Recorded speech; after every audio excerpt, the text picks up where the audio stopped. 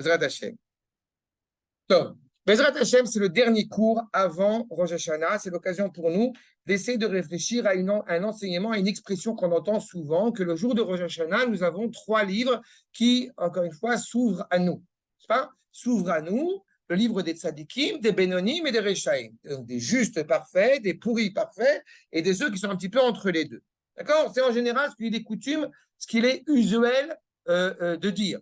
D'accord? Yofi. Pour, comment dirais-je, pour calmer l'inquiétude de Eliette, je vais commencer par la fin. C'est quoi hein?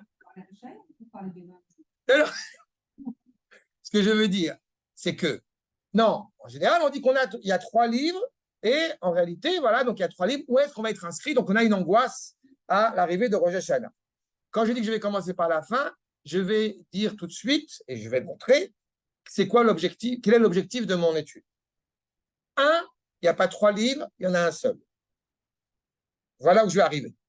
2, ce n'est pas en réalité où je vais être inscrit, comme s'il y avait un décret, une épée Damoclès sur ma tête, où vais-je être inscrit, parce que justement, Rosh Hashanah n'est pas un jour tourné vers le passé, mais est un jour tourné vers l'avenir. Par conséquent, ce n'est pas le livre où je vais être inscrit, c'est qu'est-ce que je veux qu'il soit inscrit en mon nom dans cette nouvelle année, j'ai envie de dire jusqu'à la fin des temps. Que veux-je inscrire sur mon livre? C'est ça mon objectif. Et la réponse, elle est dans la liturgie de Rosh Hashanah. Kotvenu besefer chaim. Je veux être attaché à la vie. Je veux être attaché à la vie. C'est là où on commence notre propos. Et on va le montrer. Certains pourraient se dire, oh, à Rosh Hashanah, ça va être l'hécatombe. C'est-à-dire que quand vous avez des gens qui décèdent à Rosh Hashanah, oi va voy, ça veut dire que vraiment, semble-t-il, ils se sont mal comportés. Tac, on a tranché le décret. D'accord? Ce qui serait totalement ridicule. Et il faut le dire et il faut l'assumer. D'accord? Mais justement, voyons ça ensemble pour commencer. Vous voyez, c'est ça l'objectif, là où on va arriver. Et donc, c'est très important de ne pas trop s'attarder sur le passé, de ne pas trop s'attarder sur les scories et sur les fautes qu'on aurait pu commettre, mais au contraire, regarder vers l'avenir. De la même manière que la semaine dernière, nous avons évoqué le Tachlir, que je vous rappelle, quand est-ce que nous faisons le Tachlir? À la fin de Rosh Hashanah. Pas au début de Rosh Hashanah. Mais même, tu le fais à Mincha du premier jour. Non, mais ça veut dire que tu ne le fais pas, encore une fois, de prime abord dans la liturgie. Là, encore plus. La miséricorde d'Akadosh Baruch Hu qui fait qu'on va penser éventuellement à nos fautes du passé le 2e jour de Rosh Hashanah. C'est là. Puisque c'est Shabbat. Revenons. Maintenant, numéro 1. Ce Yom Hadin. J'ai l'occasion de l'évoquer dans la joie justement du Yom Hadin. Et nous allons voir ensemble justement ce que les Chachamim nous enseignent sur ce point. Première chose, Be'arba Prakim Haolam Nidon. Il y a 4 périodes dans l'année où le monde est jugé. Quand le monde est jugé, c'est qu'il est scruté, il est observé, est-il en accord avec le projet divin? Et en l'occurrence, ce qui nous apporte, Berosh Hashanah, Kol Bayolam, Ovrim Lefanav Kivnei Maron. Bnei Maron, c'est quoi? C'est le troupeau. Le monde entier, et particulièrement le peuple juif, viennent devant Akadosh Baruch Hu pour essayer de rééquilibrer les choses, si je puis dire. Et ce rééquilibrage, va nous dire le Meiri, accord numéro 2, Afalpi. Shebechol yom vayom raoui le'adam lefashvash b'ma'asav lashub midarko hara'a. Quoi, on attend Rosh Hashanah pour réparer? Et qu'est-ce qu'on fait toute l'année? On entend beaucoup ce genre de propos qui va dire il faut réparer, faire le tikkun. Mais on ne répare pas qu'une fois dans l'année. Tous les jours exactement on répare. Il n'en demeure pas moins que Michol Makom, Bezman Azeh, à ce moment-là, Rosh Hashanah, il y a quelque chose de particulier à Rosh Hashanah parce qu'il y a un éclairage particulier à Rosh Hashanah Dirshu Hashem Veimatso, ce moment où justement la lune, comme on est dans le Mizmor, la lune, elle est cachée, c'est là où il y a énormément de lumière. Vous vous rappelez évidemment de l'enseignement que j'ai coutume de rappeler, pas, de Exupéry à Kadosh, pas, sur le fait que l'essentiel est invisible pour les yeux. Justement, au moment où la lune, il n'est pas vraiment Kadosh, hein, c'est juste sa blague. Aval, en tous les cas, au moment où la lune est cachée, c'est justement ce moment-là où nous sommes éclairés par une lumière intense.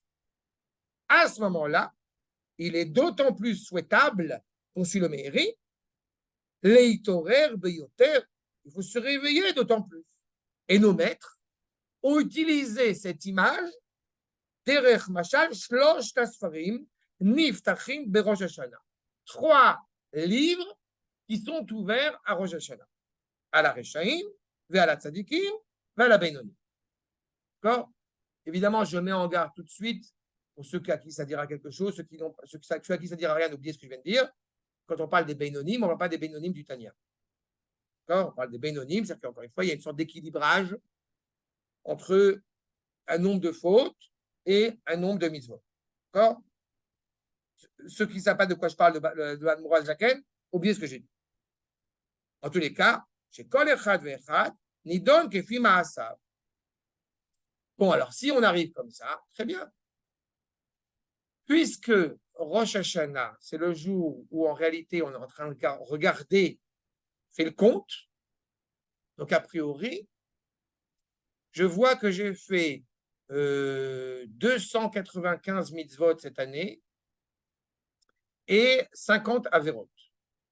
Donc, pour ma part, j'y vais, comme on dit, tranquille. D'accord? J'y vais les pieds dans le plat, les pieds dans le... Voilà. C'est-à-dire, vous comprenez que ce serait ridicule. C'est réduire la valeur de Rosh Hashanah. Tout d'abord parce que qui te dit que, effectivement, les fautes que tu as faites ont moins ou plus qualitativement, quantitativement d'importance que les mitzvot que tu as fait. Et puis cela signifierait, à la mode un peu chrétienne, ce qui importe à Rosh Hashanah, c'est de sauver mon âme. Moi, alors c'est pas ça qu'on parle.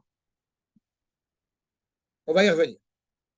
ויתעורר לפשפש במעשיו ולחזור ממה שהוא בידן, מידו, מן העבירות. Évidemment, il y a une opération, puisqu'il y a 10 jours de repentir, 10 jours d'intense luminosité, il y a Mimnoraïm. Donc, on a cette opportunité de réfléchir, encore une fois, sur ce qu'on a à faire. Et celui qui éventuellement négligerait cela, והמתרשל בזמן הזה, מן התשובה, אין לו חלק בהשם אלוהי ישראל. Tu as une opportunité.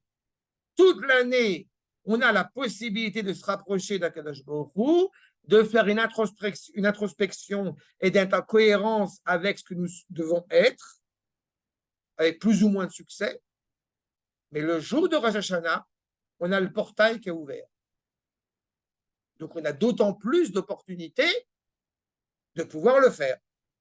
Si on néglige de le faire, c'est dramatique. Chez Kol Hashana, puisque Rosh Hashanah n'a pas de valeur pour toi, n'a pas une valeur, encore une fois, de réflexion, de réveil, et la vertu de justice, elle s'est désespérée de toi.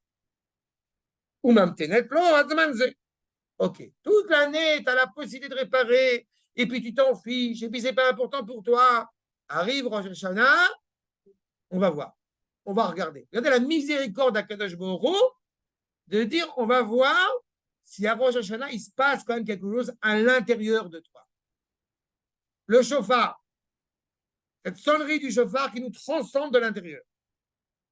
Azman hu etzli ma she'amru ein beit din shel ma'ala, puisque justement, tu ne seras pas jugé par le haut, tant que tu ne seras pas jugé par le bas. À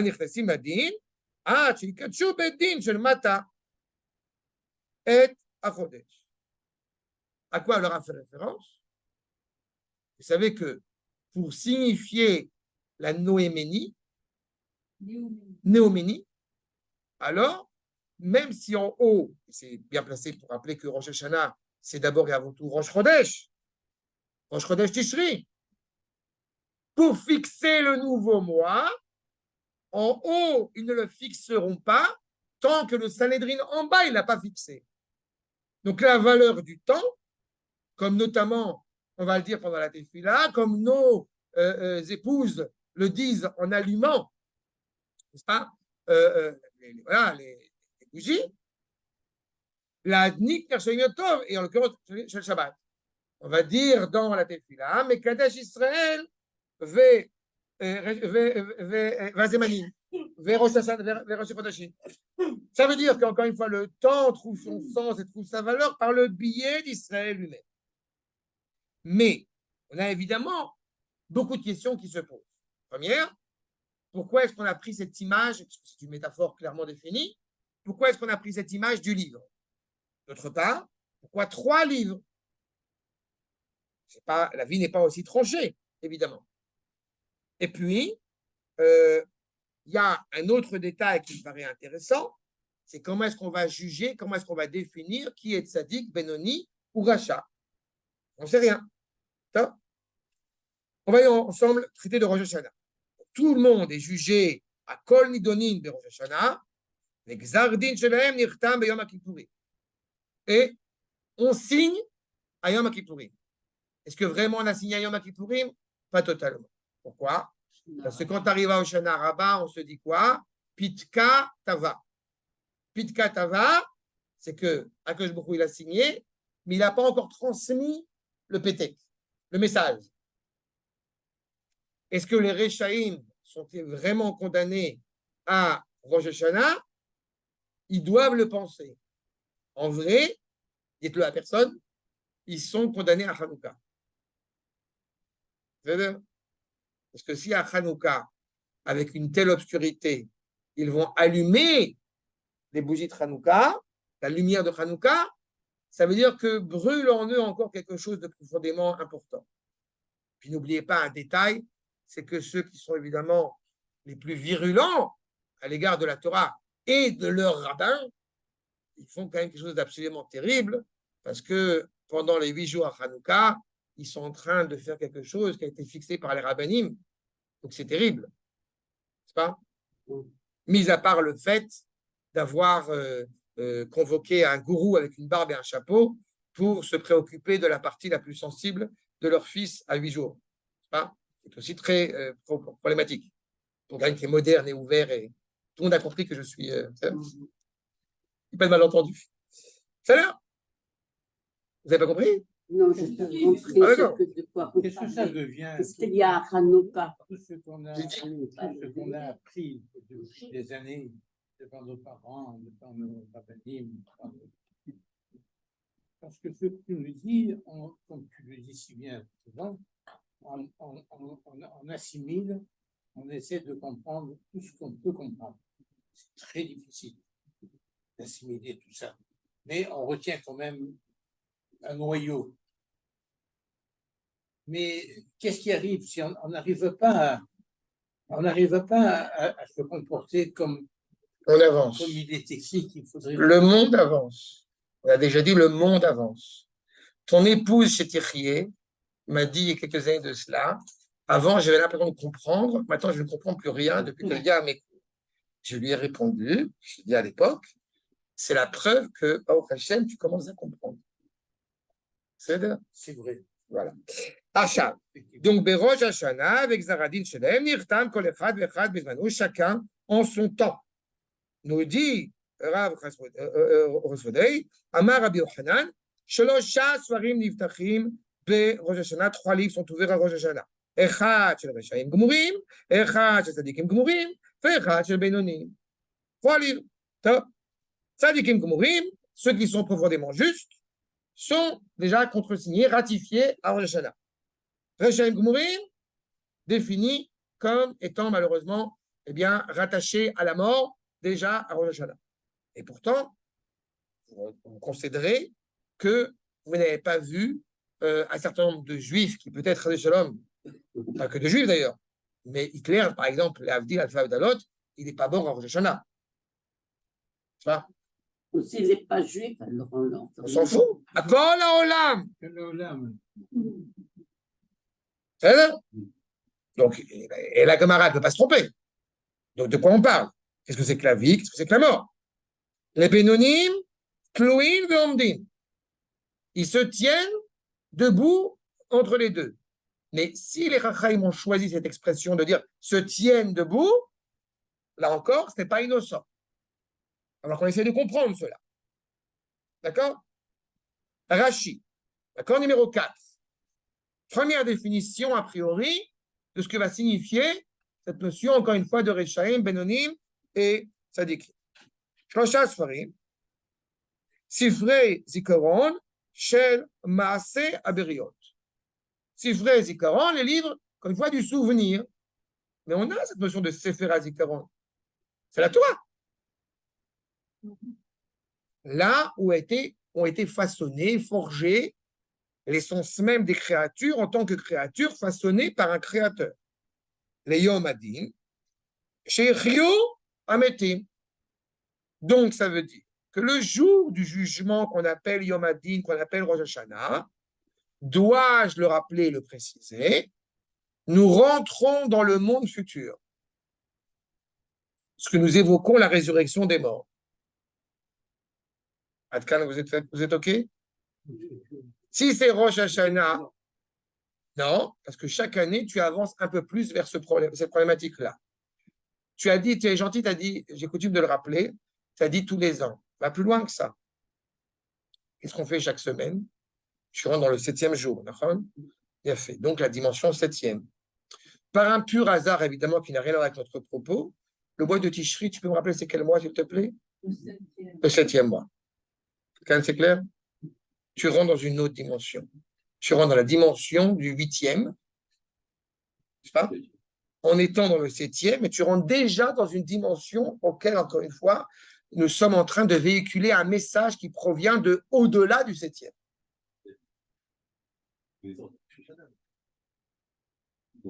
Et alors? La dimension du 7e se renouvelle tous les ans. Non, c'est plus que ça. C'est pas elle se renouvelle tous les ans. Elle, ce que j'appelle le sens de l'histoire hébraïque, peut-être je dois le rappeler, ce n'est pas un temps circulaire ni un temps linéaire. C'est un temps linéo-cyclique, ou cyclo-lunaire. D'accord? Ça, c'est simple ce que je dis maintenant, c'est très simple. Tu as une réalité qui n'est pas du passé, présent, futur, et tu n'as pas une réalité d'extrême oriental, du nirvana, où on a le sentiment que c'est une routine quotidienne qui revient. D'accord? Alors, j'ai une réalité, ce que j'appelle sinusoïdale. C'est-à-dire que, encore une fois, ça avance. Et chaque année, ce n'est pas un renouvellement, c'est bien plus que ça. On avance vers la finalité de ce temps. Tu peux comprendre Rosh Hashanah, encore une fois, de deux manières. Les Shanot, un changement, ou les Shanot, qui se dit la même chose, mais qui a un autre sens, qui a une répétition. Et la tradition hébraïque, c'est une cohérence du temps solaire et du temps lunaire. Les deux sont intimement rattachés l'un à l'autre. Je te permets de te rappeler dès maintenant que quand nous évoquons Rosh Hashanah et la lecture de la Torah à Rosh Hashanah, c'est un de mes sujets que je vais traiter, Bezrat Hashem et Tania, parce que je l'affectionne particulièrement, je trouve qu'il est tellement important. On devrait lire, puisque Yom Erat Olam, on devrait parler de la naissance de Adam Arishon. De quoi on parle à Rosh Hashanah? De la naissance de Yitzhak. C'est-à-dire qu'en réalité, on est en train de parler pas seulement de la création de l'homme, on est en train de parler du sens même des engendrements de l'homme. C'est ça qui est fondamental. Ce n'est pas la question de savoir, encore une fois, Rosh Hashanah, ce n'est pas Darwin. Rosh Hashanah, c'est de comprendre le pourquoi, le sens du temps, le sens de l'espace, le sens de la vie. C'est ça le sens de Rosh Hashanah. Et chaque année, tu avances un peu plus parce que si tu t'y attelles, eh bien, tu te découvres un peu plus en relation avec ton authenticité.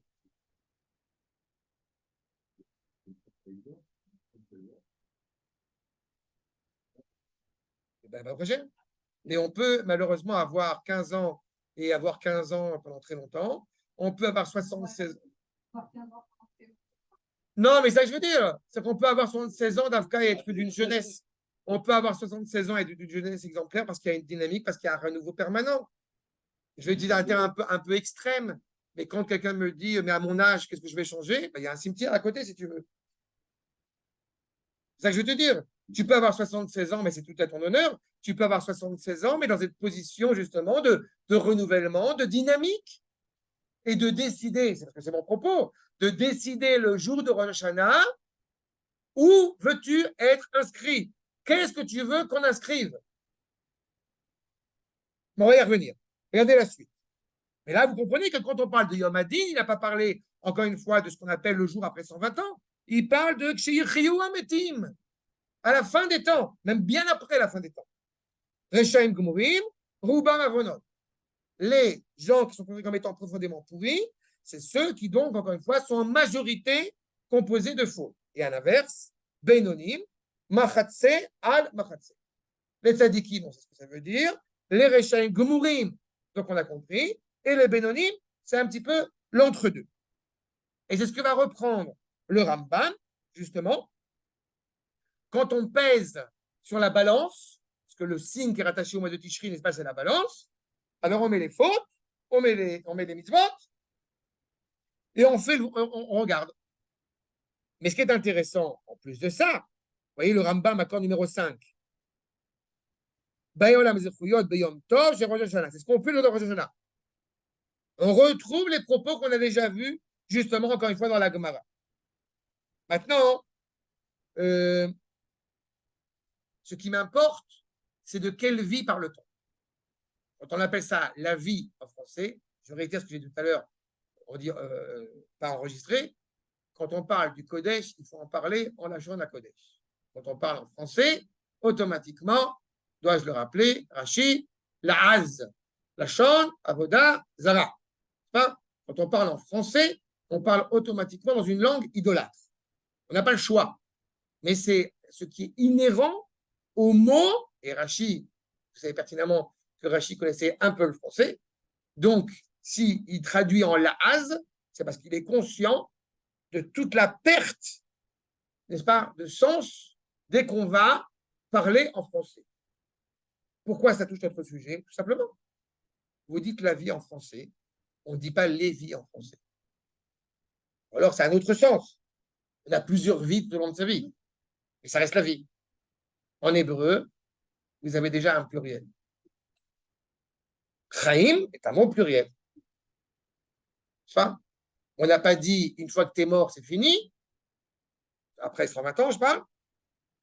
Et même le sens de mort a un sens bien défini en hébreu et qui diffère si on parle de mavet, si on parle de heder, de disparaître. Les chachraïm sont appelés vivants alors qu'ils sont décédés. Yaakov Lomet. On ne va pas s'imaginer une seule seconde que Yaakov n'est pas décédé. Il est enterré, il est à la Hebron. Et pourtant, Yaakov Lomet. On comprend qu'il y a problématique. Et le terme de Chaim, regardez ce que nous dit le Rashba, point numéro 6. Justement, Yesh Lefaresh, ligne 39. Yesh Lefaresh, Delo mita vechaim mamash. Ne comprenez pas quand on parle d'être attaché au livre. Déjà, vous remarquerez qu'on n'est plus dans le livre des Tzadikim et Rechaim. Il est déjà en train d'évoquer une autre dimension, le livre de la vie ou le livre de la mort. Et quand on dit la vie, à quoi fait-on référence?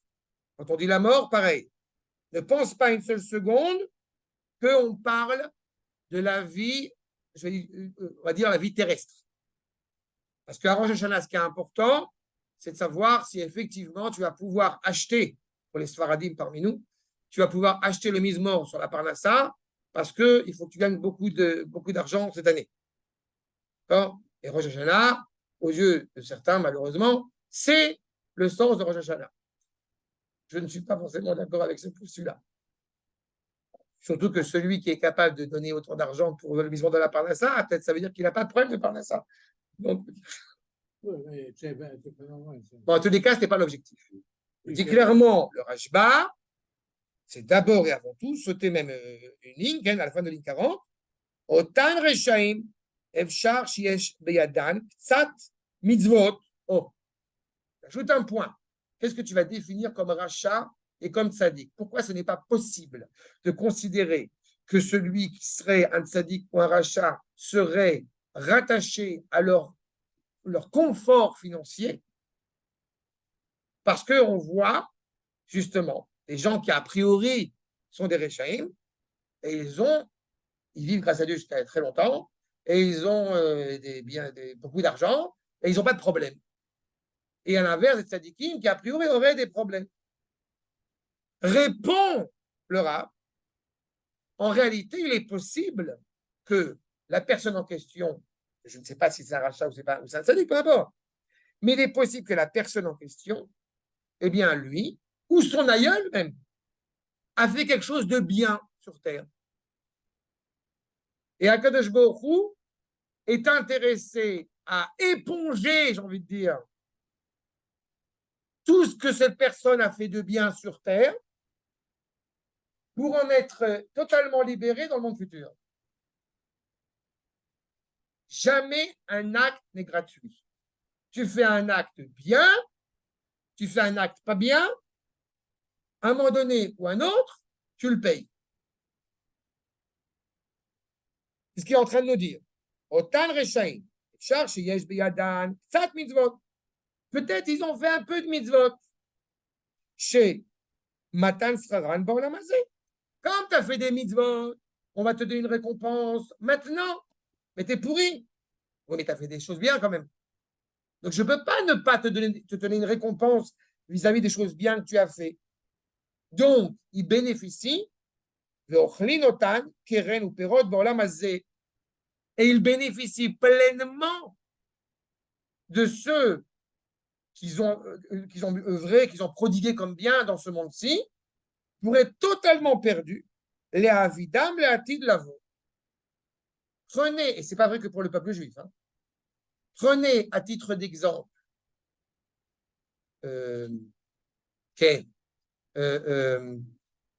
Eglon, le roi Eglon, une pourriture. Quand Ehud Ben Gera, qui est un juge, il arrive auprès de ce roi Eglon, le roi Eglon, par respect vis-à-vis d'Akadosh Baruch Hu, alors qu'il est pourri, il s'est levé. C'est-à-dire, et Ehud Ben Gera, il a une épée à double tranchant, il était gaucher d'ailleurs, il a tranché, et dans les entrailles, génial, c'est parfait. D'accord? Et pourtant, je vais vous dire qu'il a fait un acte bien. Qu'est-ce qui a fait que... Où est la récompense de cet acte bien, de cette levée en l'honneur de Ehud Ben Gera, enfin l'honneur d'Akadosh Baruch Hu, c'est Ruth. De lui, de ce pourri, va sortir Ruth. Et Ruth, pas n'importe qui. Vous voyez à quel point quelqu'un, quelque chose de bien, eh bien, ça a une implication, encore une fois, mais par contre, il est totalement perdu, évidemment, dans le futur. En plus, ce n'est pas un juif, donc il y a besoin. Achab. Et c'est ce qu'il nous dit. Le pharaon qui s'est comporté d'une telle manière et d'une telle cruauté à l'égard du peuple juif, il va acquérir la richesse pour, en fin de compte, tout perdre. Veracha. שהמוכן שנחתם לרעות בעולם הזה, מה שאין בידו קצת מאותן מצוות. יש בידו, אף על פי שהוא רשע גם הוא, כלומר, שרובו עוונות, משלמים לו כנגד בעולם הזה. On n'a pas dit qu'il a fait que des avérotes, mais la majorité est composée de avérotes. Et par conséquent, même s'il a fait des choses bien dans cette réalité, dans ce monde, ben, encore une fois, ça va avoir son poids pour lui donner une récompense par rapport à cela. Nous dit le Ramchal dans l'article Mamar Chochma sur Rosh Hashanah, l'accord numéro 7, justement, qu'est-ce qu'on appelle en réalité, donc, eh bien, les 3 livres. Ce qu'on est en train déjà de développer, c'est que semble-t-il, il n'y a pas 3 livres, mais 2 livres qu'on va appeler Sefer HaChaim, Sefer HaMetim. Attends, J'étais à 3, je suis descendu à 2. Je vais arriver à 1. J'ai dit la fin de mon sujet. Pourquoi je dis Sefer Achaim et Sefer Ametim? Qu'est-ce que c'est Etz Chaim? Etz Chaim, c'est la Torah. Tu es rattaché à l'arbre vital, animé par le sens même de la vie. Tu agis avec justesse, c'est parce que tu es rattaché à la vie. Si tu es rattaché à la vie, tu agis avec justesse. À l'inverse, si tu ne te préoccupes pas de faire du bien autour de toi, je parle à 2 niveaux, horizontal et vertical. Automatiquement, tu es rattaché à la mort. Donc, tu es un rachat. C'est très simple. Ou tu fais le bien, et quand je dis le bien, c'est le bien avec un B majuscule. Là, j'ai dit à la fois vertical, à la fois horizontal. Le dit le Ramchal. Donc, il est Adam, il est jugé. Trila al-pi ma'asa, et manot betzadikim, au bareshaim. Dès le départ, en fonction de tes actes, tu vas être jugé selon ce postulat. Vezenikra mamash, sefer chaim, vesefer metim. C'est le livre de la vie ou de la mort. Des vies ou des morts. Daïnou, Anikba ben Atzadikim, donc il est fixé entre les justes, ou Nirta besefer achaim, Anitra, Anikba ben Areshaim, ou Nirta besefer ametim. Si tu es défini, encore une fois, parmi les morts, bon, bah, tu vas être parmi les Reshaim, alors tu vas être inscrit sur le mort. Et celui qui va se tenir justement entre les deux, comment est-ce qu'il va s'en sortir? Parce que dans la Tefila, on a le choix. Où est-ce qu'on dit Zochenu lechaim, kotvenu lesefer chaim, melech havetz bachaim, lemanach anu chaim, Elohim chaim. Voilà, tu es en train de décider. Puisque la majorité d'entre nous, je veux le penser, n'est ni des justes absolument exceptionnels finis, ni des rachats gamour. On est entre les deux, quoi. Et qu'est-ce qu'on va dire dans la liturgie de Rosh Hashanah? Voilà à quoi je veux appartenir. Je veux être rattaché à ce qui est le sens, la quintessence, l'essence même de la vie. Va nous dire le Rav Tahertel, accord numéro 8. Il fait un petit rappel très intéressant sur la constitution des membres dans la manière dont laquelle beaucoup a façonné l'homme. Vous avez des membres qui sont en haut et des membres qui sont en bas. Je répète, est-ce qu'on va être rattaché au sens même de la vie ou à l'inverse, à ce qui est totalement bas? Si vous ne vous rappelez pas, mais il me semble que je l'avais évoqué,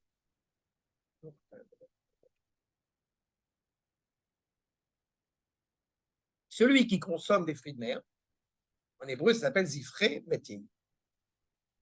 Ce sont des animaux qui consomment des choses mortes. Et de manière assez intéressante, les Rachaim rappellent que celui qui consomme des huîtres, des moules et compagnie, eh bien, ça attise, ça accroît l'instinct de dépravation, l'instinct de débauche. Vous voyez bien qu'en réalité, pourquoi est-ce que c'est comme ça, entre parenthèses, pour ce que les Mekoubalim rappellent? Tout simplement parce que ces mêmes animaux, on est influencés par ce qu'on mange aussi, et que ces mêmes animaux ne se préoccupent pas de savoir, encore une fois, ce qu'ils consomment, et d'accroître, encore une fois, le sens accru de la vie. Donc, d'une certaine manière, on peut ou être attiré vers le haut, regardez ce qui est en gras directement, justement, puisqu'il reprend, j'arrive à mon livre. Dans la Mishnah de Avot, et ça c'est une expression sur laquelle on va revenir, il n'y a pas écrit Maasecha besfarim nirtavim, écrit Maasecha besefer nirtavim. Ce que tu fais est écrit dans le livre. Donc c'est toi qui vas décider qu'est-ce que tu veux qu'il soit écrit dans ce livre. On n'est plus dans 3 livres, on est dans 3 options qui n'en sont en réalité que 2 essentiellement, et qui en réalité sont dépendantes de toi, de ce que tu souhaites y inscrire. Nous dit le Rav Tahertel, Deine, Haolam Choshvim, Shelo Baou Laolam, Ela Bishvil Achila veshtia velenot mitavat olam hazeh. Certains vont penser que c'est quoi? On ne vit qu'une fois après tout. Vous voyez cette expression-là. Vous comprenez à quel point au sens hébraïque elle est déjà erronée.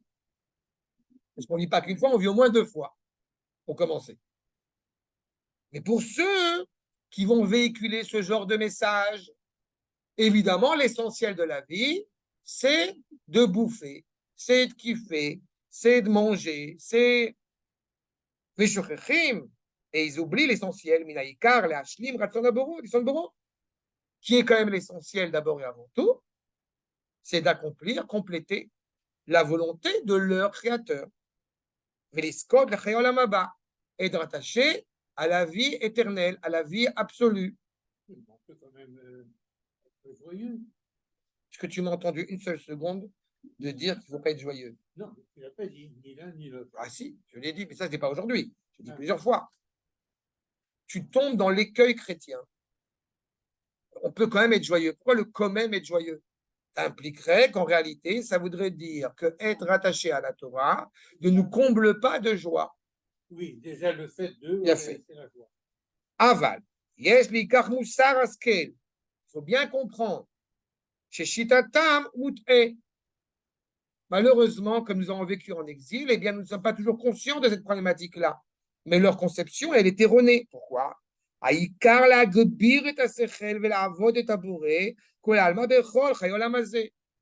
Puisque l'esprit, puisque les yeux, puisque la bouche, puisque le nez, puisque tous ces éléments-là sont tournés, le cœur, sont tournés vers le haut, donc il faut justement s'en servir pour justement servir ce qui est l'essentiel. Au lieu de faire ça, ils vont faire l'inverse. Rabbi Menachem Mendel de Kotsk rappelle que pourquoi est-ce que l'homme a été créé justement sur 2 jambes et pas sur 4 pattes? Pour qu'il ait toujours l'esprit, l'intention de regarder vers le haut.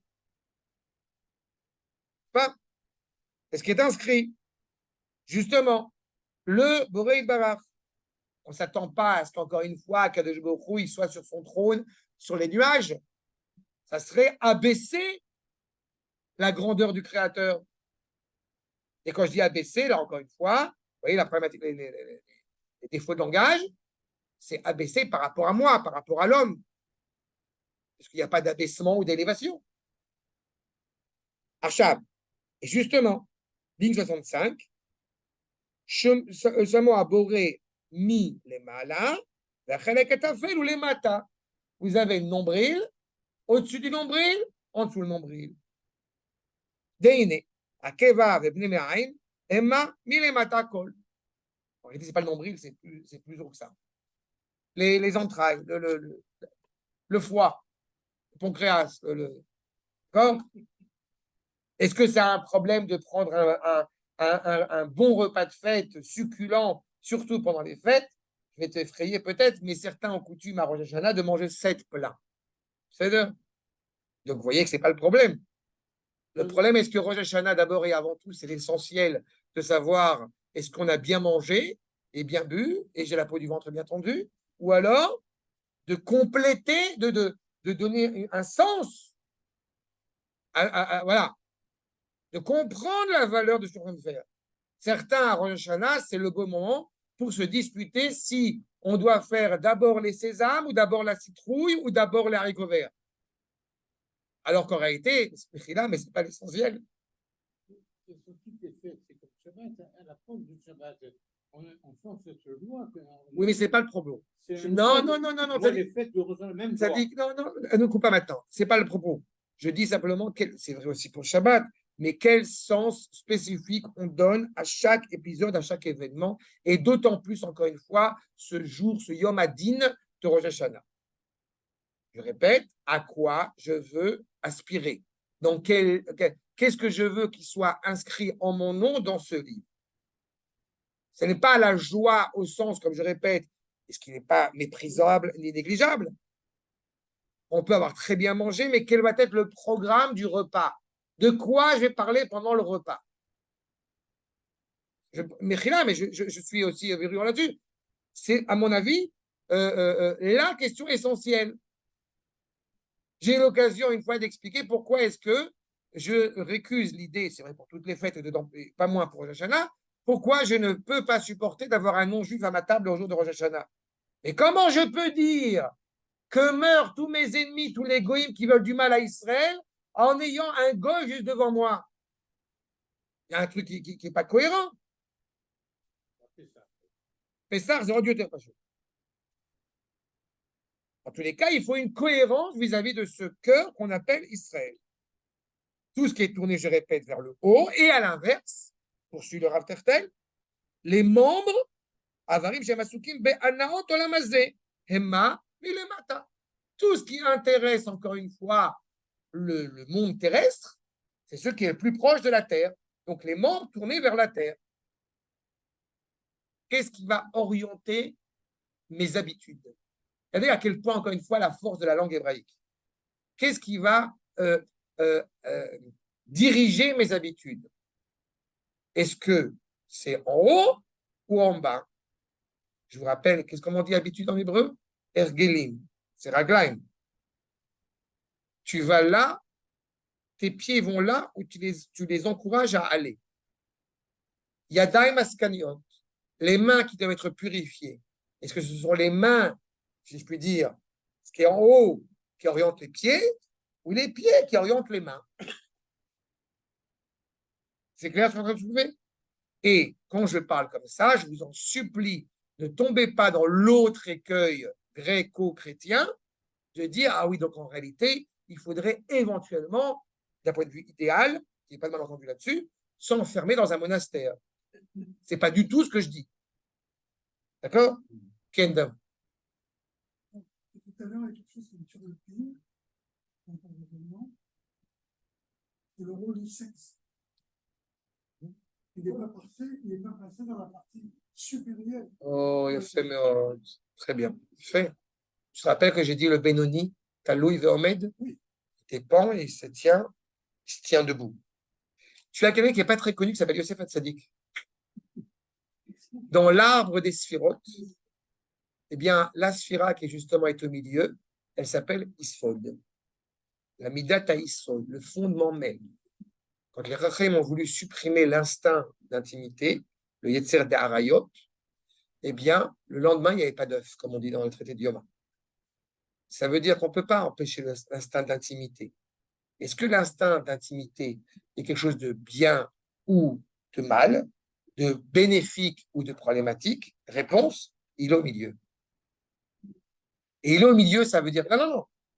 Est-ce qu'il est bien par essence? Mais il est bien quand tu l'as animé par le bien.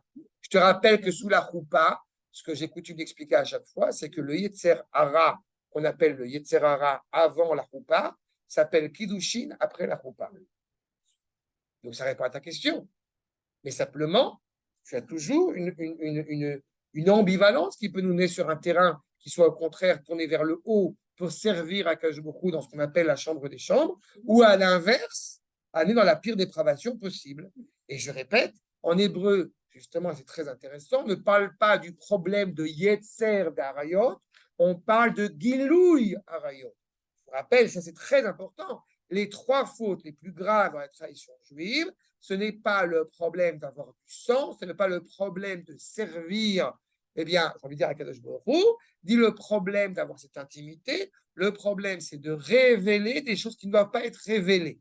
Le problème n'est pas tamim, c'est shfichut tamim, c'est verser du sang. Le problème n'est pas la harayot, puisque c'est un tzivou, c'est un ordre divin dans la bénédiction des fiançailles sous la pas, tzivenu à la harayot, mais c'est gilou harayot, c'est révéler sa harayot. Le problème n'est pas la avoda, l'avoda ta kodesh, l'avoda du Kohen, c'est l'avoda zara. C'est un culte qui va à l'inverse de ce qu'il faudrait être attaché à Kadosh Baruch Hu. Donc, on peut avoir une exaltation à l'égard, encore une exaltation spirituelle, mais si elle n'est pas orientée du bon côté, alors automatiquement, on tombe dans l'écueil. Et je répète, c'est pour ça que j'assume. Qu'est-ce qui me rassure en me disant que je m'efforce justement de ne pas m'approcher de la Vodazara?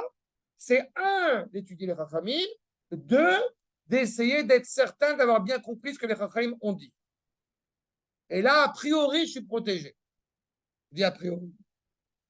C'est-à-dire, Archa. Le Rav Eliaou Dessler, accord numéro 9. Justement, il reprend ce Sefer Chaim, ce Sefer Metim. Kulam le'inyan haruchaniyut ve'siata d'ishmaya bishvila. Qu'est-ce qui nous intéresse à Rosh Hashanah d'être rattaché à la vie authentique, véritable, cohérente?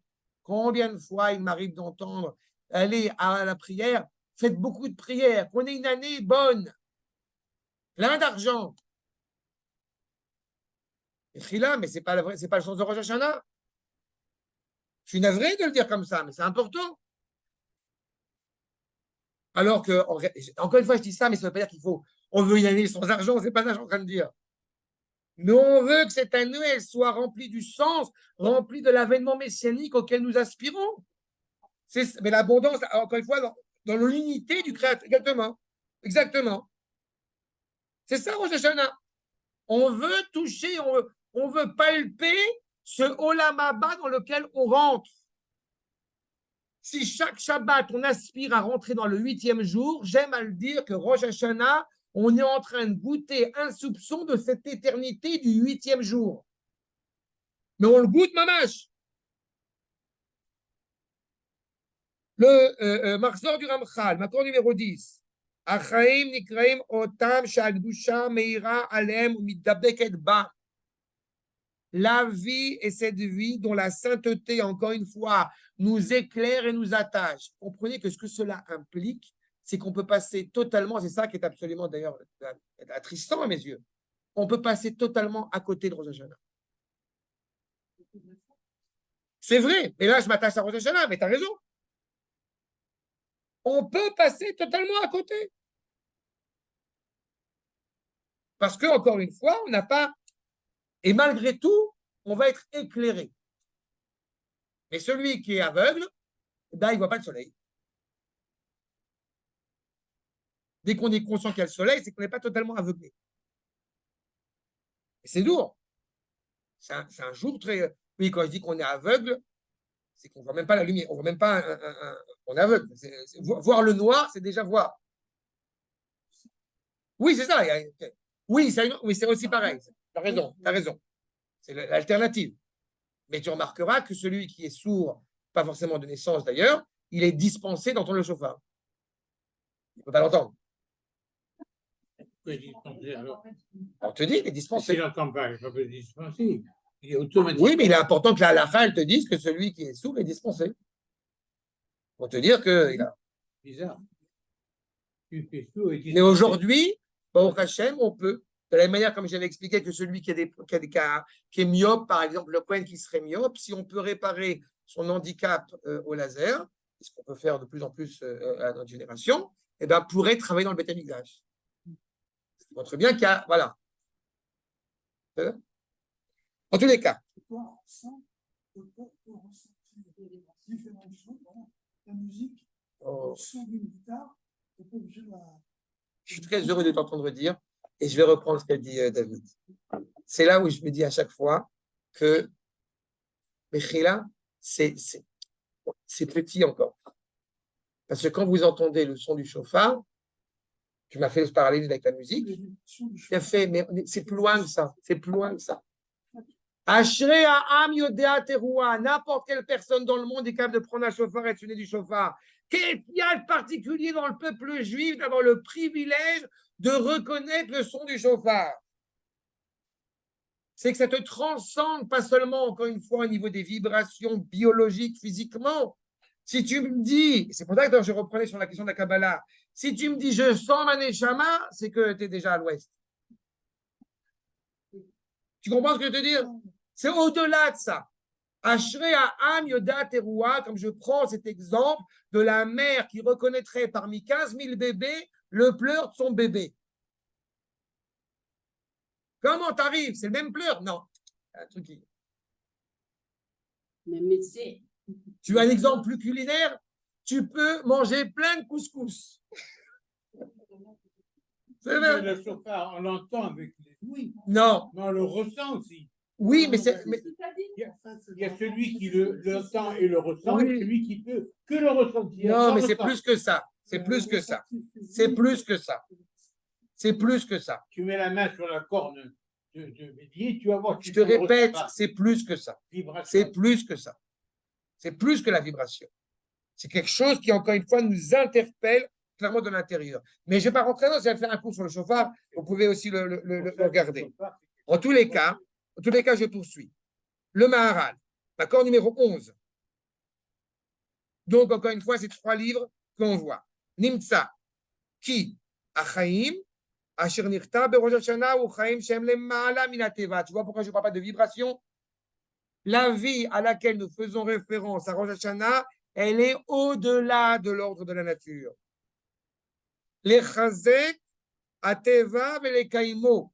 On va aller au summum de l'Everest pour puiser cet oxygène de l'Everest en redescendant en bas. Vous voyez l'image que j'ai en train de... C'est pour ça que j'ai dit que je n'ai pas d'image qui soient les plus percutantes à vous dire. Mais c'est ça. Et c'est pour ça que j'ai fait ce parallélisme avec Shabbat. Parce que quand tu arrives le Shabbat, tu vas puiser de cette intensité, de cette émotion du Shabbat, de cette vitalité du Shabbat pour ta semaine. C'est le cœur de la semaine. Rosh Hashanah, comme son nom l'indique, c'est Rosh Hashanah. Ce n'est pas le premier mois de l'année puisque c'est le 7e. Et pourtant, il est appelé la tête de l'année. Vous voyez ce que je veux dire? C'est très important. C'est ça, ce sens essentiel, encore une fois, de la vie. Et poursuit le Maharal, et je vous dis à l'oral pour aller au niveau de la lecture, c'est certainement pas se contenter de la vie, du nombre d'années de vie qui m'ont été allouées dans ce monde, ou l'inverse, encore une fois, le jour de ma mort qui va arriver. On rentre dans Rosh Hashanah, c'est pas rentrer dans « Ah oui, donc cette année, je l'ai vu jusqu'à tel âge. » Voilà. Rosh Hashanah, je t'en supplie, Akadosh Baruch Hu, fais que j'ai pas d'accident de voiture. Je suis navré, mais ce n'est pas le sens de Rosh Hashanah. Au contraire, c'est est-ce que tu as envie d'être animé par cet élan vital? Est-ce que tu as envie d'être rattaché à ce sens nishmati de ta vie? Ou au contraire, puisque tu ne te rends même pas compte de la valeur de Rosh Hashanah, tellement tu es imbibé d'impureté, de scorie, que tu n'as même pas cette réflexion au moment où Akadosh Baruch Hu, il est proche de toi. On ne peut même pas faire des vœux intérieurs. Fais ce que tu veux, c'est pas rien d'autre. Le Makor numéro 12 de Rav Harlap. Mishemotzi motam, Yehudim Gmurim. Fais des vœux, pourquoi tu ne fais pas des vœux? Fais des vœux. Non, parce que ce n'est pas le même chose. C'est pas le même Je dis que ce n'est pas le but, mais encore une fois, il faut bien entendre que quand je dis c'est quoi le but, ça ne veut pas dire que tout ce que nous allons en parallèle parler serait interdit. Il faut bien mélanger les choses. Vous serez d'accord avec moi que ce n'est pas parce que ton épouse va être blonde aux yeux bleus, qu'elle fait bien le couscous, que tu l'aimes. Tu l'aimes, point. Maintenant, qu'elle soit blonde aux yeux bleus, qu'elle fasse le couscous, alors ça te donne un truc en plus. Non, mais vous avez compris l'idée, il ne faut pas mélanger les deux.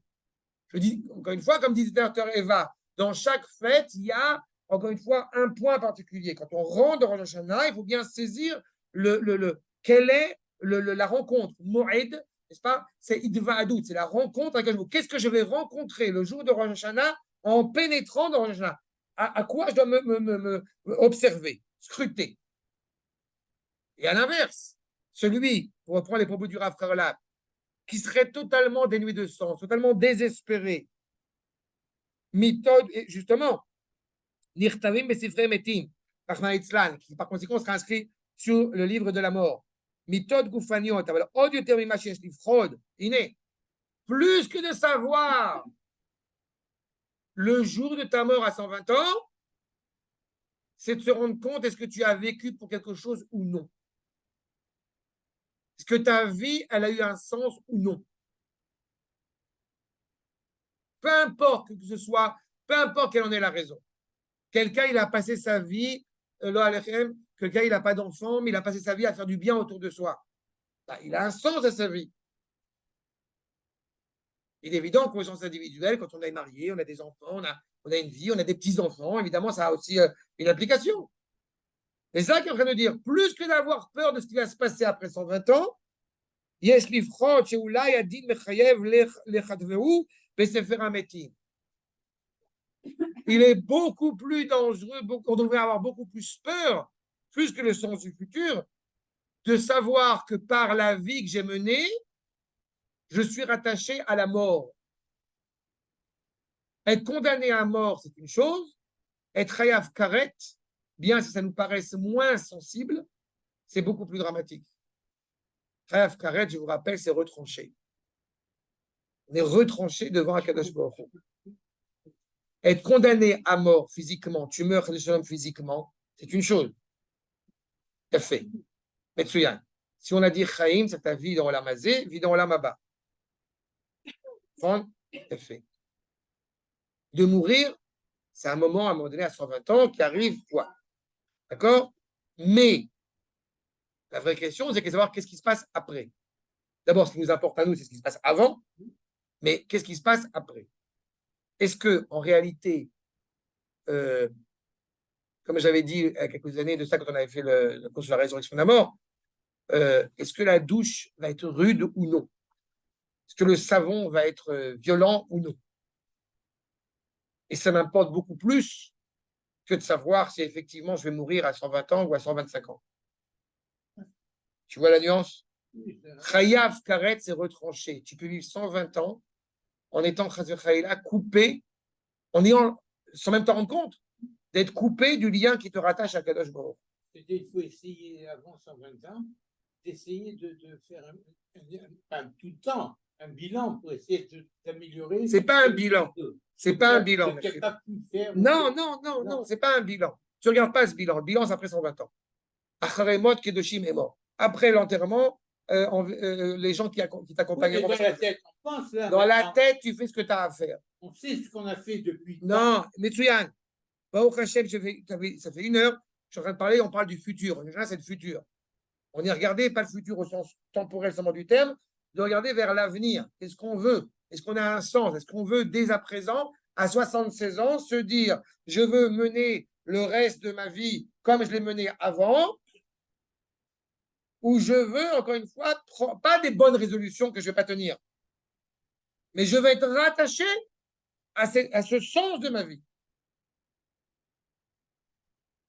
C'est pour ça qu'encore une fois, et je vous le dis,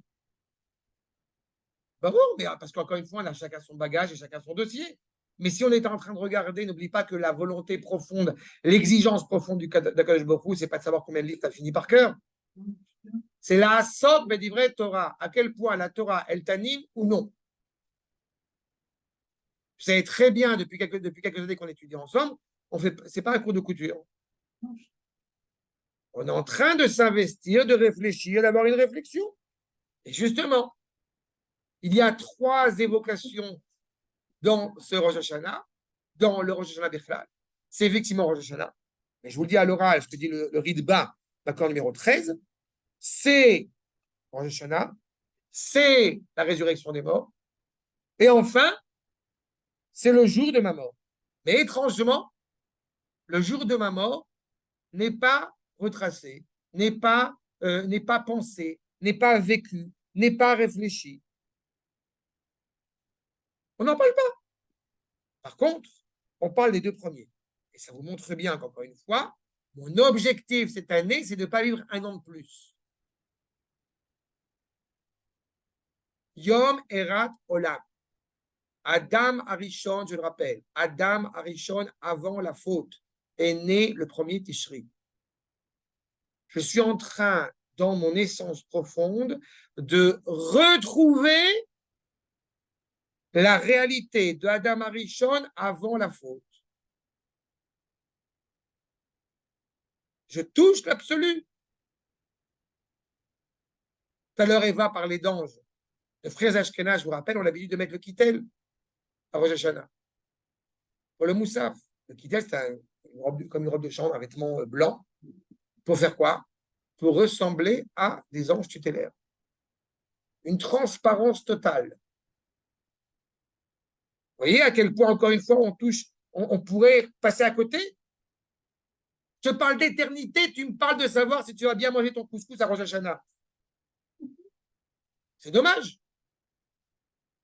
Mais dans ce cas-là, et je répète, on pourrait se dire, bon, alors en vrai, oui, mais donc on ne doit pas du tout donner importance au simanim et au couscous. Non, certainement pas. Parce que justement, la dimension d'éternité à laquelle nous faisons référence, c'est une dimension d'éternité dont on aspire à sa révélation dans le monde dans lequel nous vivons. Sinon, on vit la dualité. Et pour reprendre la notion de Echad, de Eva, le jour de Rosh Hashanah, on le clame à Hachem ou à Elohim. Le jour de Rosh Hashanah, on est en train de dire le monde est un. Il y a encore plus à Yom Kippourim. Son royaume resplendit dans toute sa grandeur. Vous voyez qu'on n'est pas dans une dimension séparatiste. Donc je répète, ce ne sont pas 3 livres au sens où les gens l'ont compris en général. C'est éventuellement 2 livres, à savoir dans lequel je veux être inscrit, je suis entre les deux, pour en réalité arriver d'abord et avant tout à la réalité d'un livre. Et je réitère mon question, pourquoi est-ce qu'effectivement on utilise cette dimension du livre? Voyez, s'il vous plaît, Makor numéro 14. Mais j'espère que vous comprenez bien qu'on n'est pas, pour reprendre ta remarque tout à l'heure, David, sur la question des vœux individuels. Rosh Hashanah n'est pas dans les vocations de vœux. Je ne pense pas, je ne suis pas là pour interdire Non, cela. le mot vœu, parce que c'est une coutume, on a toujours. J'ai bien compris, mais le vœu que tu fais, tu remarqueras, à Rosh Hashanah en particulier, si on voit encore une fois dans la liturgie traditionnelle, il part du collectif pour arriver à l'individuel. On veut que soient annihilés nos ennemis. Et il se trouve que pour que soient annihilés nos ennemis, on évoque un végétal qui a des vertus thérapeutiques à l'échelle de l'homme. D'accord? À l'échelle de l'individu, ça vous le savez. Ce ne sont pas que des jeux de mots, mais ça on l'avait déjà évoqué quand on avait fait un petit peu les séries de Rosh Hashanah. C'est bien au-delà de cela. On voit les vertus thérapeutiques que dans la digestion, dans etc., que produisent ces effets. Et donc, c'est ces éléments-là qu'on a choisis pour justement annihiler nos ennemis. Quand on parle de itamu oivenu, que deviennent totalement impurs nos ennemis, qu'est-ce qu'on va utiliser comme élément? La date. La date pousse est propice et encore plus sucrée quand elle pousse dans une région désertique.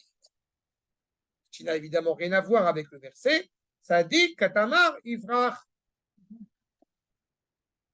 Quand on a plein de choses autour de nous qui nous empêchent de nous rattacher à l'essentiel, malheureusement, on perd l'essentiel. Le tzaddik, il va justement pousser avec encore plus de force, plus de douceur, dans une région désertique, dans une région où il se consacre à l'essentiel. C'est en cela où plus nous allons accroître la pureté et la dimension du bien, plus automatiquement le mal va disparaître. Pourquoi est-ce qu'on fait le tachlir à la fin de la journée? Parce qu'on se consacrera à nos erreurs du passé en s'étant concentré d'abord sur nos actions futures. Si on est confiné dans nos actions du passé, va rappeler le Rav dans Rosh Hashanah Perek Yud Gimel, le 3e chapitre, automatiquement on ne pourra pas faire teshuva parce qu'on est coincé. Je suis coincé sur les scories que j'ai commis, sur les erreurs que j'ai commises. Donc, je réitère ma prise de conscience que j'appartiens à Israël, le troupeau choyé du Créateur. C'est vers lui que je me tourne. Je veux être rattaché à lui, à cet élan vital. Toi, le roi, animé par la vie, Melech, Chafetz, Bachaim, qui a un désir profond pour ce qui est réellement la vie. Une fois que j'ai fait ça, une fois que j'ai pris sur moi le joug divin au sens le plus noble du terme, que je suis capable de dire c'est lui le roi et personne d'autre, alors maintenant je vais réfléchir sur les erreurs que j'ai pu commettre et je vais apprendre à les réparer. avec la réjouissance absolument exceptionnelle de savoir que Avinu Malkenu, que notre Père, notre Roi, est capable de recouvrir toutes ces fautes du passé à titre individuel le jour de Yom Kippourim, Yom Kapara. On rentre dans un processus exceptionnel. Le plus grand danger, ce serait de se déresponsabiliser de ce que nous sommes. Aussi, le traité de Havot nous dit clairement que Shlosha Dvarim, Iyata Balieda Avera. Comment tu n'arriveras pas à fauter? Parce que justement, tu es conscient de ce qu'il y a au-dessus de toi. Les Ma'ala Mimcha, Ain Ro'a, Veozen Shomat, et Kol Ma'asecha Besefer Nirtavim. Tous tes actes sont inscrits, sont écrits dans le livre. Et je n'ai pas dit Besefer, j'ai dit Ba Sefer. Ba Sefer, c'est-à-dire ce Beha Sefer, dans le livre. Sefer Achaim. A priori, est-ce que Akash Baruch Hu, il a fait l'homme droit? Justement, à nous dire le Sfat Emet, Makom numéro 15, pas de mort de Gour, justement, en son commentaire sur le traité de Avot, Rosh Hashanah, justement, regardez ce qu'il dit, ligne 15, parce que le BCFR, justement, c'est à Rosh Hashanah qui vont être inscrits. Rosh Hashanah, En Maskirin Lashon Chet. On ne parle pas des fautes à Rosh Hashanah. On n'a pas de tachanoun, on n'a pas de supplication, on n'a pas de... Et encore plus pour la coutume qui est la nôtre, on ne dit pas Avinu Malkenu le Shabbat quand Rosh Hashanah tombe Shabbat. On évoque en aucune manière, c'est pas Yom Kippourim. À Rosh Hashanah, on ne parle pas de faute. On ne veut pas Chatanou le Fanecha. Non. Et Kolze ou Kodem Achet. Comment tu ne pourrais pas faire on a fauté devant toi? Il y a deux possibilités. Ou alors tu es totalement un irresponsable, alors tu sais que tu as fauté, ou alors tu te trouves dans une situation qui est avant la faute. Donc tu n'as pas de raison de faire j'ai fauté. C'est ce qu'on dit à Rosh Hashanah. Et justement, puisqu'on revient à l'essence même de la création, Akadosh Baruch Hu ayant façonné l'homme droit. Vous voyez dans le livre de Kohelet, Asher asa Elohim et Adam yashar. Vezeu, eze iderech yeshara, sheivor le Adam. Choisis-toi le chemin droit. C'est quoi le chemin droit? Comment je peux me rattacher à un chemin droit si je suis malhonnête? Réponse, ta malhonnêteté, elle n'est que extérieure. Elle n'est pas authentique en toi. Parce que le Créateur t'a façonné avec droiture. Seulement après la faute, ben on ne sait plus trop qu'est-ce qui est droit et qu'est-ce qui n'est pas droit. Donc on est foutu. Non. Parce que Rosh Hashanah nous ramène à l'essentiel, si je m'y prépare. Ce qu'il nous dit, la floui madrigazou, yesh et sot acherot, on a d'autres conseils, parfois des mauvais conseils. Et Kavia ben Me'alel, Omer, istakel beshlosha dvarim, pour te protéger, je dis, ben Me'alel, regarde trois choses. Un, et grâce à ça, tu ne vas pas fauter. Einata balieda avera. Ta, mein bata. Sache d'où tu viens. Tu te désespères, ligne 23 pour ceux qui suivent. Tu te désespères de ne pas pouvoir être authentique, d'être tel qu'Akadosh Baruch Hu t'a façonné. Réponse, rappelle-toi d'où tu viens. Ah, je vais y arriver, Olga. Merci pour ta question, je viens de l'avoir à l'instant. Je vais y revenir. Achab, tu sais d'où tu viens. Ça veut dire, tu sais que tu as été façonné par le Créateur exceptionnel, l'expression profonde du bien et de l'absolu, donc tu ne peux pas tomber en désuétude. Et à la Avera, que j'appelle la Avera, la faute que tu as transgressée, et je vous rappelle que le désespoir est aussi une faute. Il faut l'avoir en tête. Mais Ein Bata, sache qui est au-dessus de toi, avant la faute.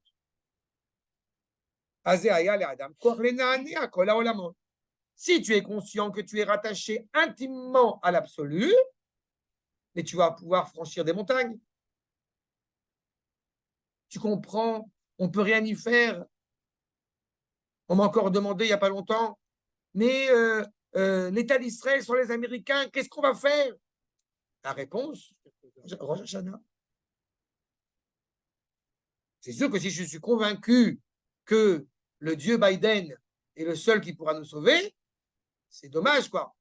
J'ai un peu loupé ce que Rosh Hashanah.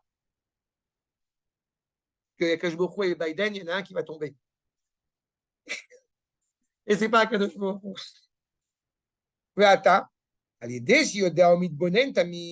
Et en sachant effectivement que tu sais d'où tu viens, tu sais ce qui est au-dessus de ta tête, et qu'en pensant que tu viens effectivement de cette réalité, Tipa Asrocha, donc cette semence,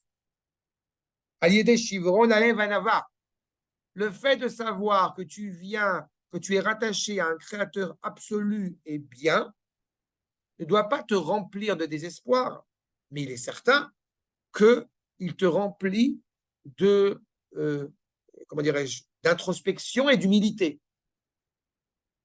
On ne peut pas dire je suis rattaché à Kadosh Baruch Hu. Je crois que la phrase la plus terrible qu'un père peut dire à son fils, excusez-moi, c'est vraiment tu m'as déçu. Toi, un fils à qui il importe tellement de trouver grâce aux yeux de son père, le plus dramatique serait cette phrase-là. J'ai un peu envie de dire la même chose.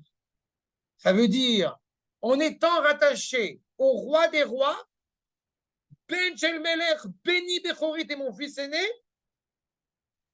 on est conscient qu'on n'est pas à la hauteur des attentes de mon père, le roi Akadosh Baruch Hu.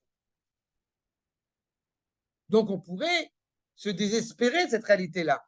Mais en réalité, c'est en étant conscient que tu es le fils d'eux que tu peux t'assumer en tant que père d'eux, j'ai envie de dire. Et c'est là où justement l'humilité, elle apparaît. Il est certain que si tu ne te préoccupes même pas de cela, l'orgueil, donc, évidemment, tu ne peux pas y arriver. Les anataoler, où vas-tu? Les makom afar ima betola. Zeudirti vacharachet. On vient d'en haut avant la faute. Je ne suis pas suffisamment à la hauteur d'être ce qu'on attend de moi. Donc, le fait que tu dises que je ne suis pas à la hauteur, eh bien, te fait arriver à la hauteur. Et sans oublier que tu vas où? Tu vas te retrouver dans une situation de l'homme après la faute, la poussière. L'homme était poussière, redevient poussière. C'est l'ambivalence de Rosh Hashanah. On est rattaché à l'éternité, on est rattaché à l'absolu. On se dit, oi, oi, oi, oi, oi, comment je vais faire? Réponse, n'oublie pas à qui t'es rattaché et maintenant construis. Maintenant plante. Maintenant avance. Et grâce à cela, eh bien, tu ne vas pas justement transgresser, tu ne vas pas avancer. On avait dit la semaine dernière, on remet les compteurs à zéro. On permet, ce n'est pas qu'un renouvellement, ce n'est pas qu'une sorte de redondance, comme j'ai dit, c'est avancer un peu plus vers le projet.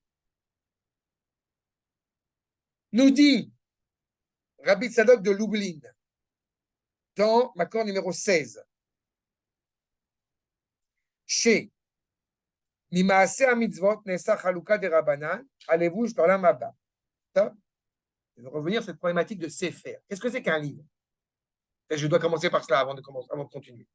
Un livre, je parle d'un point de vue idéal, okay, est censé être, en partie du moins, l'expression retranscrite de ma parole. Pas réfléchi, agencé, en tous les cas, c'est censé être la retransmission et la Torah, la parole d'Akadosh Baruch Hu, retranscrite avec ses limites évidemment, puisque c'est retranscrit. Non? Si on dit Ma'asecha Basefer Mirtavim, ça voudrait dire qu'en réalité, ce à quoi je me rattache est exprimé par une réalité extérieure qu'on va appeler le livre.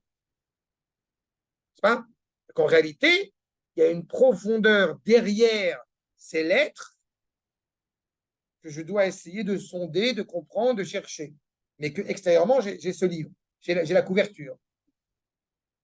Ma'asecha Besefer Mirtavim, puisque nous parlons de processus de Teshuvah, vous comprenez bien que dans le processus de la Teshuvah, même si cela évidemment est important, mais la vraie question n'est pas de savoir si j'ai fait Shabbat ou j'ai pas fait Shabbat.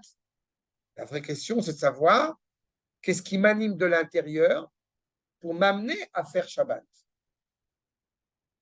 Secha, Sefer Nirtavim. Va dire le Rabbi Tzadok de Lublin, c'est le vêtement. C'est pas? Tu portes un vêtement qui recouvre ton corps. Bien fait. Un neshama, c'est quelque chose c'est une dimension absolue. Cette neshama est recouverte d'un corps, dans la réalité du monde dans lequel nous vivons. Je vous rappelle que quand on fait des mitzvot, eh bien, on permet à ce corps d'être attaché à l'éternité. La neshama n'a pas besoin de faire des mitzvot. La neshama, elle est naturellement rattachée, unie au Créateur. C'est le corps qui a besoin d'être attaché. Seulement, qu'est-ce qui va animer ce corps? On avait dit avec le Rav Tertel tout à l'heure, est-ce que je suis poussé vers le haut ou poussé vers le bas? N'est-ce pas? Nous dit Rabbi Tzadok. Donc, Ne'esa chaluka de Rabbanan alavush leolam haba. Chez Maaseh, taloui bagouf. Pourquoi j'ai dit tout à l'heure, ce qui m'importe, c'est ce qui se passe avant 120 ans et pas après 120 ans. Parce qu'après 120 ans, on ne peut plus faire mitzvot. Il n'y a qu'avant 120 ans qu'on peut les faire. Donc, cet acte dépend du corps. Vezeo or ou bassar, talbi sheni, tu m'habilles de chair, de corps. Shagouf nikra levush, la neshama. Le corps, c'est l'habit de la neshama. Shehui kara adam, ou mimaase a mitzvot, nesa levush. Les mitzvot que tu vas accomplir, ça va orner, ça va enjoliver le vêtement de cette neshama. J'ai parlé tout à l'heure de la douche qui peut s'avérer après 120 ans plus ou moins rude. En réalité, ça dépend de ce qu'on a fait dans ce monde. Ou tu as fait du bien tout au long de ta vie, tu t'es efforcé, même 1 heure avant de mourir, tu t'es efforcé de pouvoir transfigurer ce monde, et donc, eh bien, tu auras une douche agréable avec de l'eau chaude. C'est là. En hiver. Tu t'es pas préoccupé de faire ça, eh ben, tu auras une douche gelée voilà, en hiver, dans les fleuves russes. Fais-zéo. Et kol ma'asecha b'sefer nirtavim shel sefer ugufo shel adam. Je réitère ce que j'ai dit. 3 livres le jour de Rosh Hashanah. Le livre, c'est qui? C'est toi. Qu'est-ce que tu veux être? On dit à un enfant, n'est-ce pas, qu'est-ce que tu veux être quand tu seras grand? J'aurais envie d'utiliser cette expression. Qu'est-ce que tu veux être pour révéler sa grandeur? C'est toi qui portes cette grandeur en toi. Qu'est-ce que tu veux être vraiment? C'est sur ce livre, c'est sur toi que Chakukim gravé Kol Maasa, tous tes actes. Chez Yassima Adam, poursuit le Rav, quand l'homme va mettre sur son cœur, Shamelech Hagadol Va'akadosh Baruch Hu Omed Alav, d'être conscient, et le chauffard est là pour t'aider pour cela, que le roi est juste devant toi, Veroe B'Maasav, et voit tes actes, Miyad Yagia Elav Ha'yir'a Ve'achna'a B'fachad Hashem Yitbarach. Tout de suite, tu vas être animé par cette honte à l'égard des erreurs que tu as pu commettre. Ou Bouchato Mimenu Tamid. Et dans le même du même augure, vous savez très bien que quand vous avez passé votre journée à la synagogue, le jour de Yom Kippourim, en comprenant la liturgie, en étant rattaché à cette liturgie, c'est très compliqué, juste après Yom Kippourim, de commencer à refaire du Lashon Hara. Que Dieu préserve. Vous avez compris un peu l'idée? J'ai l'impression ma bouche s'est purifiée de plein de mauvaises choses, ma parole a pris un sens profondément noble, et je suis en train de nouveau de me soucier de bêtises. Je crois que c'est plutôt par le shiur de maintenant, de Rosh Hashanah, qu'on a tendance à ne pas faire de la Shonara. Mais encore plus, mais tant mieux si c'est toute l'année même. Mais à Rosh On a plus de temps. Non, mais je dis autre chose. Je dis que Yom Kippourim, on est conscient parce qu'on est en phase de, on est soif vis-à-vis d'Akadosh Baruch Hu. Il y a une dimension plus individuelle éventuellement à Yom Kippourim qu'à Rosh Hashanah. Mais la grandeur et l'amour d'Akadosh Baruch Hu fait que on a fauté, comme je l'avais déjà évoqué, on a fauté parce qu'on n'a pas réfléchi suffisamment au joug divin, et c'est pour ça qu'on n'a pas reçu sur soi convenablement le joug des mitzvot. Donc, à Rosh Hashanah, en rééquilibrant les compteurs, on reçoit vraiment le joug divin pour pouvoir recevoir le jour de Yom Kippourim, le joug des mitzvot. Il y a une valeur, évidemment, mais je dis, on rentre dans une dimension exceptionnelle. Celui qui aurait l'audace de ne pas être éveillé, de ne pas être éclairé. C'est pas, on entend les vibrations. Celui qui va être le rachat, c'est celui qui a fermé son oreille au chauffard. Vous voyez un peu l'idée? D'autant plus que c'est une mitzvah, pour la petite parenthèse, que nous pouvons pratiquer toute la journée pour justement entendre le chauffard. Mais tout ça, excusez-moi. Viens, on avance un peu. Viens, on avance, après on n'aura pas le temps. Viens, on avance. Ou bouchato memenutami, ou à la maaseh shelo yeneged ratzon sheibar. Et sa honte, c'est justement, encore une fois, eh bien, éventuellement, de ne pas avoir commis des actes qui soient en accord avec la volonté d'Akadosh Baruch Hu.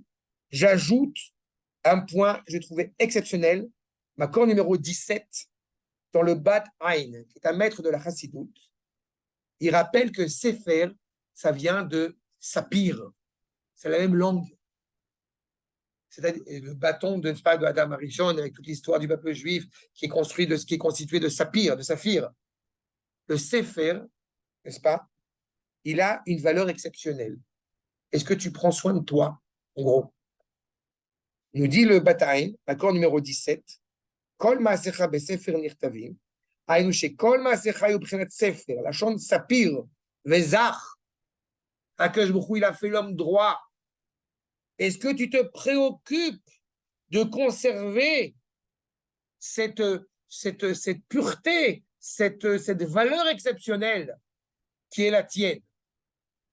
Sapir, dit le Rav, Gematria, Shem. Est-ce que tu es en accord avec le sens profond de ton identité? C'est ça le Sefer. Je veux être devant Akadosh Baruch Hu le jour de Rosh Hashanah, c'est une aspiration qui est délicate, et dire, je veux être le David que tu as façonné, que tu as créé, que tu as choisi de mettre au monde dans cette génération pour amener à ton projet d'être pleinement, encore une fois, eh bien, évoqué. Et pour cela, il nous est demandé expressément tout l'effort que nous allons pouvoir consacrer, c'est l'effort, je parle, pour acquérir de manière authentique, encore une fois, cette parole de Torah, d'être rattaché à l'art de la vie. Je le rappelle, Adam Arishon, avant la faute, aurait dû d'abord consommer de l'art de la vie, puis après de l'art de la connaissance. On veut retrouver à l'essence même, encore une fois, qui nous anime, à l'essence même de notre vitalité. Et on pourrait tomber, je répète, dans cet écueil de l'oublier. Pourquoi est-ce que l'on ne va pas dormir la première partie de la journée? Alors, il y a toujours deux manières de regarder cette injonction. L'une va dire, mais comment tu pourrais dormir alors que c'est le jour du jugement? Et j'ai vu dans la plupart des Raphaïm une autre manière d'aborder la problématique que j'ai coutume de dire, comment pourrait-on dormir en Laponie? C'est compliqué de dormir en Laponie. Vous savez pourquoi je dis ça? Ah non, vous savez pas pourquoi je dis ça? Non, par rapport à la luminosité, par rapport à la durée du jour. C'est un peu l'image que je prends. C'est-à-dire que quand tu as une telle intensité de lumière, mais comment tu pourrais dormir? On pourrait de nouveau passer à côté.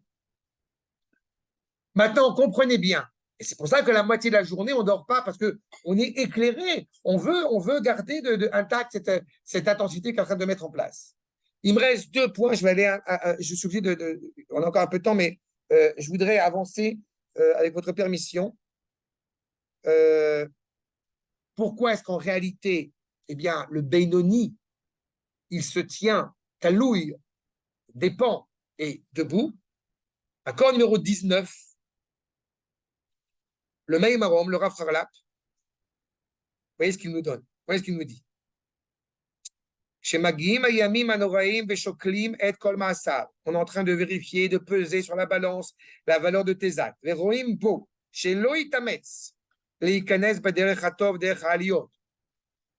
Et qu'on voit celui qui ne s'est pas enquéri d'avancer vers ce cheminement, encore une fois, de l'élévation. Chez Loït il n'a pas bougé. Il se tient debout. Il n'y a pas de dynamique, il ne bouge pas, il est debout. Quand on est déjà, vous vous rappelez évidemment de cette expression bien célèbre, citée de Mohammed Larbi Sliman, la révolution, c'est comme la bicyclette. C'est pas? Bon, ben c'est ça. À Rosh Hashanah, c'est ça qui était demandé. Est-ce que c'est la Torah, c'est pareil? Enfin, c'est pas Mohammed Larbi Sliman, c'est Mao Tse-tung ou Che Guevara, ça dépend selon Pivert. Chaque Pivert. Aval, en tous les cas, le fait c'est que la question, elle est là. Est-ce que tu es sur, encore une fois, la bicyclette, tu montes ou tu descends? Mais pensez une seule seconde que tu peux justement ne pas bouger, effectivement, tu es debout, tu ne bouges pas. Yom Kippour concédera, ratifiera si réellement tu es sur une pente où tu vas monter ou tu vas descendre. C'est ce qu'il est en train de nous dire. À l'autre, l'épreuve d'humilité.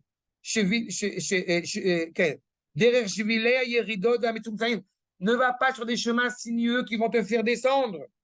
C'est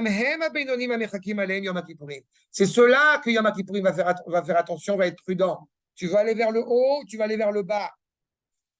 Comment est-ce qu'on va comprendre encore une fois qui peut être appelé, eh bien, justement, Benoni?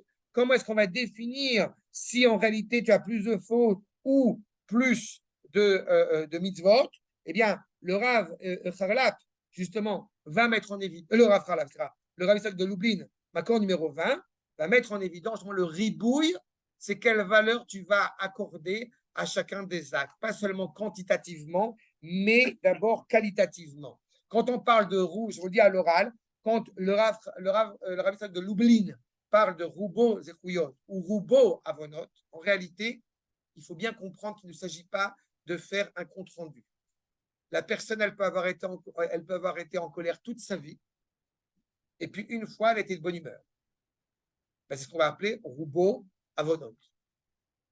À l'inverse, une personne s'est efforcée de faire du bien toute sa vie, et puis une fois, il a trébuché. Eh bien, pourtant, ça sera appelé Roubo Zechuyot.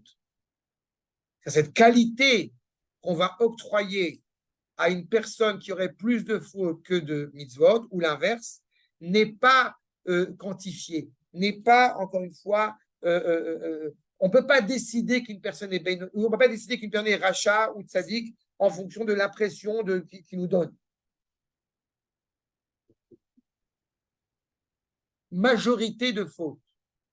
Mais en réalité, je te répète, il y a à la fois un jugement qui est avant tout plus qualitatif que quantitatif, qui est important dans la balance, et puis en plus de ça, Akash Baruch Hu a fait un homme droit, mais il a fait un homme droit dans une réalité complexe du monde dans lequel nous vivons, et par conséquent, tu auras toujours des forces contraires à toi. Est-ce que tu peux considérer qu'une personne est composée à une majorité de mitzvot quand il a grandi dans un environnement qui est propice à cela? D'accord? J'ai raconté à quelqu'un il y a pas longtemps qu'il y a mon fils, oh Hachem, demain il rentre à la maison et comme il finit plus tout, il voulait monter sur le Harabait avant de revenir à la maison.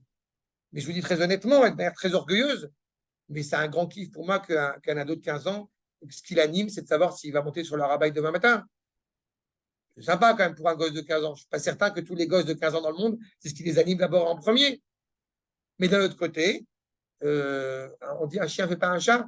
Oui, mais pas totalement non plus, parce que c'est un choix que lui fait. Mais du coup, mon exigence vis-à-vis de lui sera d'autant plus grande. On croit toujours que c'est plus facile d'être un tzaddik ben Racha que d'être un tzaddik ben tzaddik. Mais quand on est d'Afka, et je ne parle pas pour moi, vraiment, je ne parle pas en disant ça, mais quand on est un fils de Talmid Chacham, il y a parfois des exigences et des complexités qui ne sont pas moins délicates que vis-à-vis de quelqu'un qui est né dans une famille qui n'était pas érudite. Donc, c'est pour ça que ce rapport, encore une fois, ne peut pas être mesuré quantitativement et subjectif en fonction de chacun. On doit se considérer comme étant Benoni pour continuer à avancer et s'améliorer à l'échelle du peuple tout entier. Et je terminerai, si vous me permettez, ma corde numéro 21. Et c'est pour ça que c'est très encourageant aussi. Je terminerai avec ma corde 21, telle est ma coutume, avec les propos de Maran Rav Kook, dans la nouvelle qui s'appelle Yirach Haïtanim, sur les fêtes de Tishri, évidemment. Eina Adam, Tsarich La'arpid al Atzmo, Inyanim Chitsonim Arbe. Traduction libre, ne te prends pas la tête sur tout ce qui se passe trop autour de toi, à l'extérieur. Va filou beyachas lamidon, même par rapport aux vertus. Mais jamais, Rosh Hashanah, c'est un jour effrayant. J'ai vu tellement de problématiques, j'ai vu tellement de choses catastrophiques. Sois pas trop lourd avec ça. Sois pas en désespoir. Même par rapport à des vertus auxquelles malheureusement, tu n'es pas encore arrivé. Afilo beyachas lemidot, ne regarde pas en arrière, regarde en avant. Je veux être plus parfait que je l'ai été l'année dernière. Aval, l'olevatel les gamres, on pas annuler totalement. Betsiuro et trafatsa vativim, betrunota, parce qu'en plus, ce qui est très dangereux quand on arrive à Rosh Hashanah et qu'on voit Rosh Hashanah comme un jour absolument effrayant, c'est qu'on ne regarde plus vers l'avenir, on regarde uniquement vers le passé, et même les qualités naturelles qu'on pourrait avoir qui seraient nobles, on va les annihiler parce que ah non, je suis pas bien, je suis pas un garçon bien. Et arrête, c'est pas vrai. En général, vous le savez très bien, quand une personne elle dit tout va mal, tout est pourri, tout le monde est noir, c'est que c'est pas vrai. C'est pas vrai, objectivement, c'est pas vrai. Ki'im, donc quel va être notre travail à faire à Rosh Hashanah, particulièrement à Rosh Hashanah, l'ishtadeh, l'ashlim et atchunot, de s'efforcer, de compléter ses qualités, l'etzad amatara ayoter shlema. Je répète cette formulation de Manitou, dis-moi en quoi tu crois et je te dirai qui tu seras. J'ai besoin, dit Akadosh Baruch Hu, de savoir en quoi tu crois, pas le credo subjectif, en quoi tu crois à Rosh Hashanah. Dans quel étage est? C'est ça que j'ai besoin de savoir à Rosh Hashanah. Alors, Akadosh Baruch Hu, je te réponds, j'ai envie que tous les ennemis de ton nom et tous les ennemis d'Israël crèvent. Premier point. Deuxième point, que Bezrat Hashem, on passe un bulldozer sur le rabbin. Tac. Ah ouais, c'est ça que tu veux? Ah, ça me plaît bien. Dis à Kadosh Baruch Hu. Mais ça c'est un moyen, c'est pas une finalité. Je veux que le monde soit uni autour de ton nom. Dans la paix et la sérénité, Rosh Hashanah, dimension universelle. C'est ce qu'on dit dans la Tefila. Hein. Je vous encourage encore une fois à revoir les cours que j'ai vus sur la liturgie de Rosh Hashanah. Et ce n'est pas un vœu pieux, ce n'est pas un vœu vain. Si vous voulez des vœux, voilà ce qu'on veut à Rosh Hashanah. Justement, avancer. Et parfois, on peut tomber. Les qui, Paul, les familles, même si parfois on va tomber, loyaniach levavo, liot, rafouille les désirs. Jamais ne tombe dans la paresse, dans le désespoir, dans la détresse, de ne pas vouloir, encore une fois, encore plus corriger, malgré les erreurs, malgré la complexité qui est. On avance chaque année un peu plus vers cette perfection, justement, encore plus perfectible. Et la preuve de cette volonté, c'est de haïr un peu plus le mal et d'aimer un peu plus le bien. En cela, je réitère ce qui était le sujet de mon étude, en réalité, les livres dans lesquels on sera inscrit à Rosh Hashanah, à nous de décider dans quel livre on veut être inscrit. Et Bezrat Hashem, que Nikatev, qu'on soit inscrit Sefer Chaim Tovim Ve Arukim Shana Tova. Ah, et pour répondre à Olga, il est évident que c'est un surplus, évidemment, mettant l'évidence entre Shabbat et Rosh Hashanah, qui est, encore une fois, encore plus pénétré dans cette vitalité souhaitée par le Créateur. J'ai coutume de dire qu'à Rosh Hashanah, on ne sonne pas le shofar quand il tombe Shabbat, mais justement, malgré tout, au Beth Amikdash, on devrait le sonner, Et ça montre bien qu'en réalité, eh bien, le jour de Rosh Hashanah, quand il tombe Shabbat, Akadosh Baruch Hu sonne le shofar. Teka b'shofar gadol. Sonne le grand shofar, toi, Akadosh Baruch Hu, le jour de Rosh Hashanah, qui est d'autant plus évident quand ça tombe Shabbat. Yom Zikaron Teruah. Shalom. תודה רבה. תודה רבה. Simcha Rabba. שנה טובה. Shana Tova, Tikva Simcha Chaim Tovim.